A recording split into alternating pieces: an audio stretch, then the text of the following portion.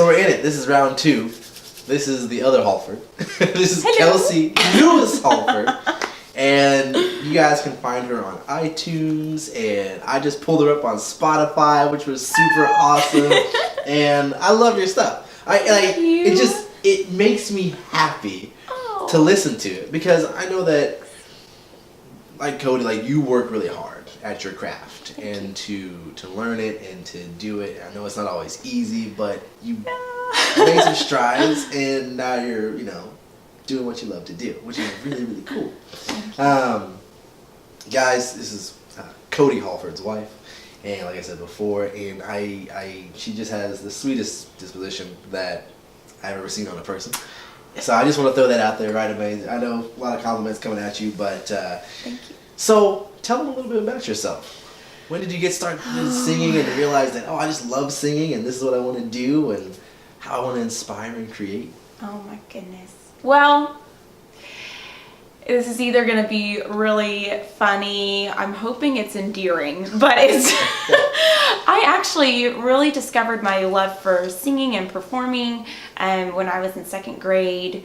I always would just have like little daydreams about myself, like performing on stages and stuff, but I didn't know at the time that that's like what I really wanted to do. Yeah. I would just have little daydreams at the park, and I would go off in like a field by myself while the other kids are running around, and I'd be thinking about a song or something. Yeah. But anyway, no, it was a 2nd grade school talent show, and my grandparents had just gotten back from a Randy Travis concert. Okay. Pretty cool. Yeah. It was his album, like Put Your Feet on the Rock or something. It was a gospel album. And I actually ended up performing the title track off the album, Put Your Feet on the Rock, and Your Name on the Roll. And that was like the first time I had ever like officially like gone out and performed in front of anybody besides like my immediate family members. Right. And it was, I just remember it being so exhilarating and so scary, but it was also amazing. And I was like, man, like I want to do this. I want to do this all the time. Yeah. Like I want to do this forever. Like, this is the most coolest feeling. And I think it's just one of those things of like really putting yourself out there. And I don't know, it was really neat to see my friends at the time. They were like, we didn't know like you like to do this, or you didn't know this was even a thing. And it was just really comforting to know that my friends and my family at the time were just so supportive and so receptive of what was happening. So from then on, music and performing was like straight arrow ahead. Yeah. Was there anyone that like really inspired you to go further than you ever thought you would go? So I have a couple of professional and family. At the time when I was much younger, it was definitely just my immediate family. Like their support was just pivotal for just that confidence and that ability to step out there and with passion and do what I love. Can't do it without them. Yeah. So and then also my husband, of course. Yeah, they're there. Gotta throw that out there. I cannot do it without him. And me and him actually, we've been together for 6 years now, and so just growing together, he's always just been there for every show and has always been there behind the scenes and in front of the scenes to just lean in, encourage me, pray for me, and just be my rock in times of doubt and fear. And so very thankful for that. Professionally, I would definitely say, okay, this is also going to be a hopefully endearing moment. But at the time when I was younger, it was definitely Hillary Duff. So yesterday. Lizzie McGuire. Yes. So yesterday was so my jam. Oh my gosh, I can't even begin. Like I'll go on like a whole tangent, just like Hillary Duff. Hillary, like, if you're watching this, Kelsey. I love you. From then on out, when talent shows would come around, I would be like, Hillary does this, Hillary does that. But anyway, then from there, once I started listening to other music, I would say Sarah Bareilles and Taylor Swift, and then just recently, as kind of like a new artist in the mix over the past few years, it's been Kimbra. I really feel like those three artists, not only are they just really strong in terms of like just a female role model of like, going after your dreams, but they're all three just extremely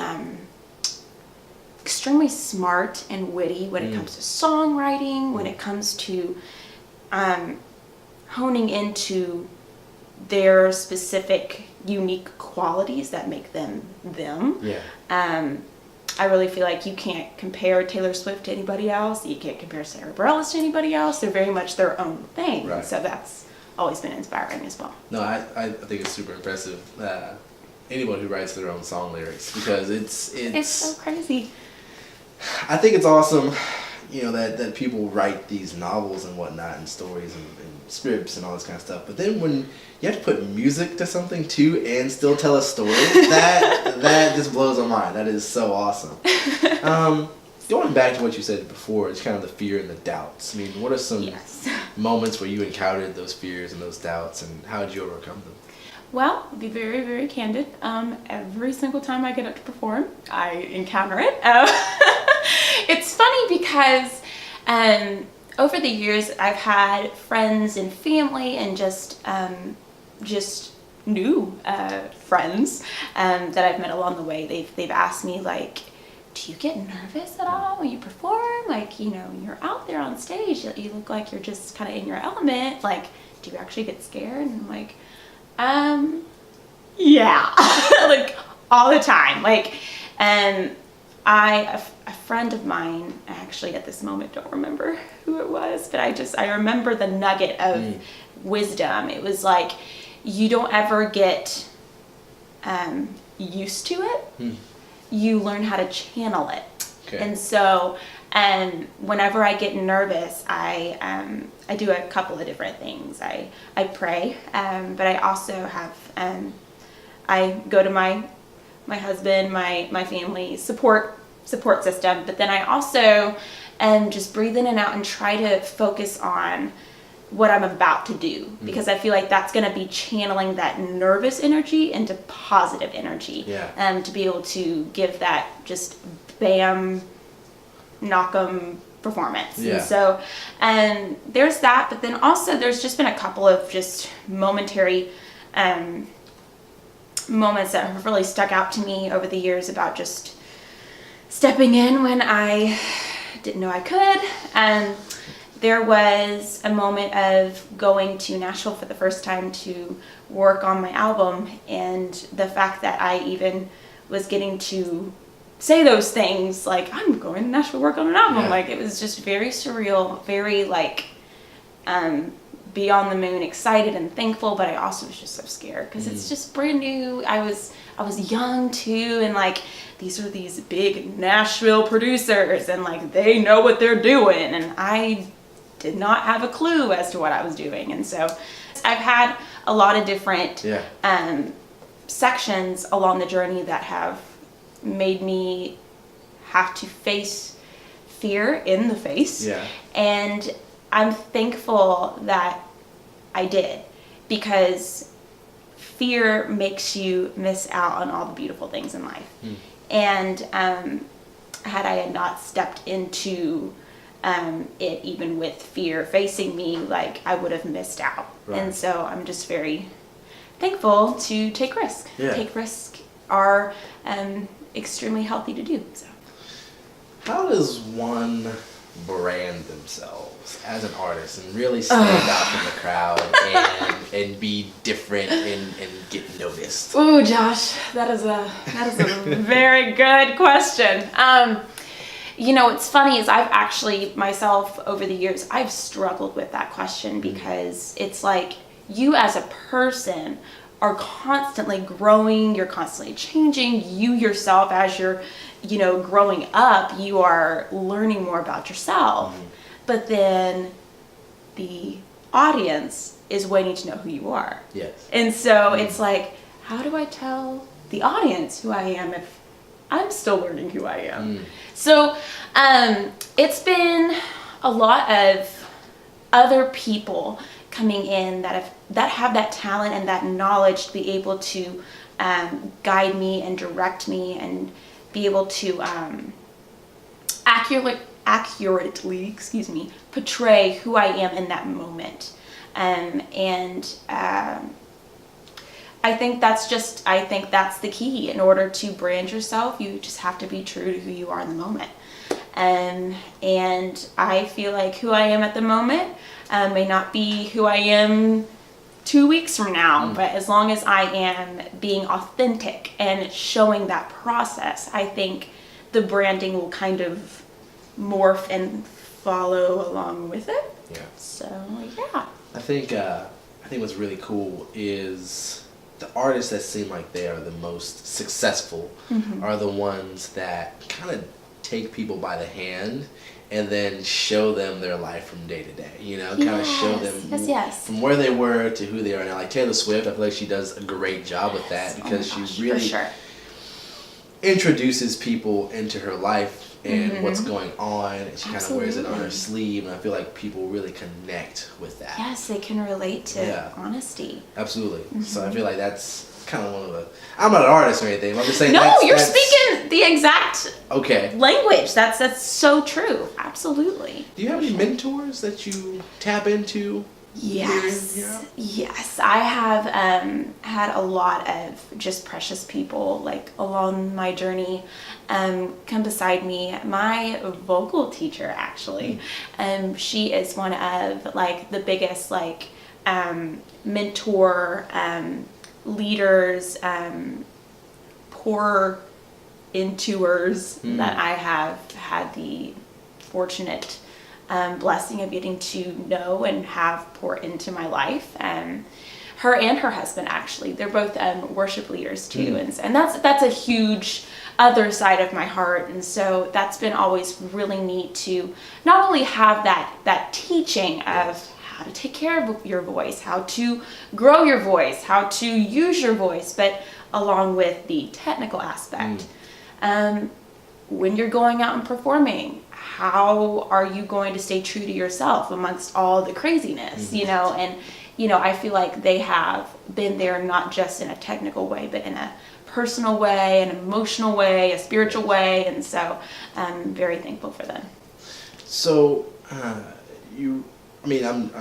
just going to throw this out there. I feel like people, artists, singers, actors, it's really important to kind of have that mentor figure there. To really, like I said, kind of pour into you, encourage you at low times.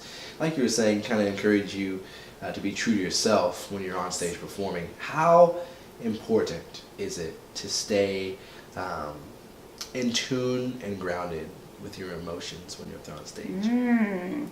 I would say that is the key. That's vital, because I know for me, like when I go and watch a performance, like the person can have the most beautiful pitch and the most greatest riffs, but if there's no heart, if there's no emotion behind what they're singing, I don't feel affected. Yes. I walk away stale. Yes. And when I go and want to take part in art, I want to be moved. I want to be shaped. I want to be inspired. I want to be taken to a different place in that moment. And so I feel like the only way that happens when it comes to music is when you combine melodies and lyrics with the heart. Yes. That's the only way it works. So what would you tell someone who told you that they are just feeling very complacent, they're not satisfied, they're not content with what they're doing, they don't feel like they are accomplishing their dreams or their goals or their purpose? What kind of advice would you give that person?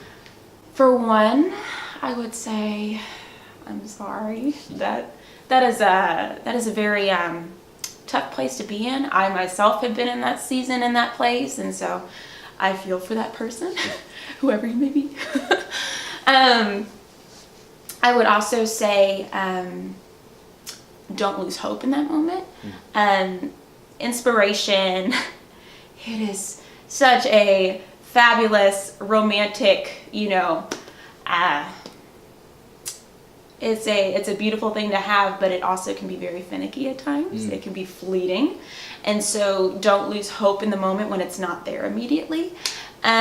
Just keep leaning into where God has you at the moment. I am in this season right now of trying to take in any and everything artistic as possible, whether it be opening up a brand new book, or going to concerts, or museums, or poetry readings, or anything that is a form of creativity. I want to be a part of it. It's basically kind of like when my inspiration jar is dry, I'm going to go fill it again. And so I would also just encourage anybody who's in that complacent state to go and immerse yourself where it's colorful. So yeah. You talked about kind of filling that jar back up and reading and just being inspired by the things that you are searching out for. How important is it for an aspiring artist to be a student of their craft? It is truly like, art flows from art. I don't feel like if you're an artist, you can be an artist for too much longer if you're not immersing yourself in that world, because inspiration is the fuel behind what you create. And if there's nothing there inspiring you, then you are in that state of complacency and state of, well, what do I do now? So I think that is honestly, art is the fuel for art. And that the only way you're going to be able to get back into it again is if you step back in. Absolutely. Well, Kelsey, thank you so much for coming out Thank and you. doing this interview. We really appreciate you taking time out of your schedule it's an to honor hang and out joy. with us and everyone watching Attention. In conclusion, if there was anyone, living or departed, that you could have a 1-hour conversation with, who would it be and why? It's going to be surprising. Christopher Nolan. I knew it. I know. No, Michael Jackson. Yay! Okay! Look, yeah, that's great. All right, awesome. He is another mega inspiration of mine. I forgot to mention him, but he himself, I feel like he just totally revolutionized the moment and the time that he was in, and he really soaked up every bit of his gifting and talent and just spewed it out. And so and he did it in such a unique way. Once again, you can't be Michael Jackson is no, exactly. Michael Jackson is Michael Jackson. And I love that even when it came down to how he performed, he just let the music literally intake his body, Yes. And so I would just really love to sit down with him and talk with him about what inspires you, and how did you get all these incredible melodies and this confidence to go and create the things that you did, and tell me how you have that passion to perform like you do. And so yeah. Well, like I've said, thank you so much for taking Thank time you. out of your day to hang out with us. I kind of touched on where they can get a hold of some of your music on iTunes, Yes, on Spotify. Where else? How can they get a hold of you? How can they find your stuff? Oh, first of all, thank you for having me. It's a joy. You can find me. I am Kelsey Lewis Music on all my social media. Now, granted, I will say on Instagram and Twitter, it's Kelsey Lou music. Okay. But other than that, you can find me on KelseyLewisMusic.com, YouTube channel Kelsey Lewis Music. Also, my Beautiful View album is on iTunes and Amazon, Spotify. I have a couple of singles as well. But yeah, would love to connect with you guys. Love to follow on the journey with you guys, and hope you follow me back. But yeah, follow these guys too. They're awesome. Thank you. Yeah, I mean, inspiring us all. Thank you. No, Kelsey is fantastic, guys. You really should go check out her stuff. I listen to it all the time, and it's awesome. Well, Kelsey, thank you so much. Thank you.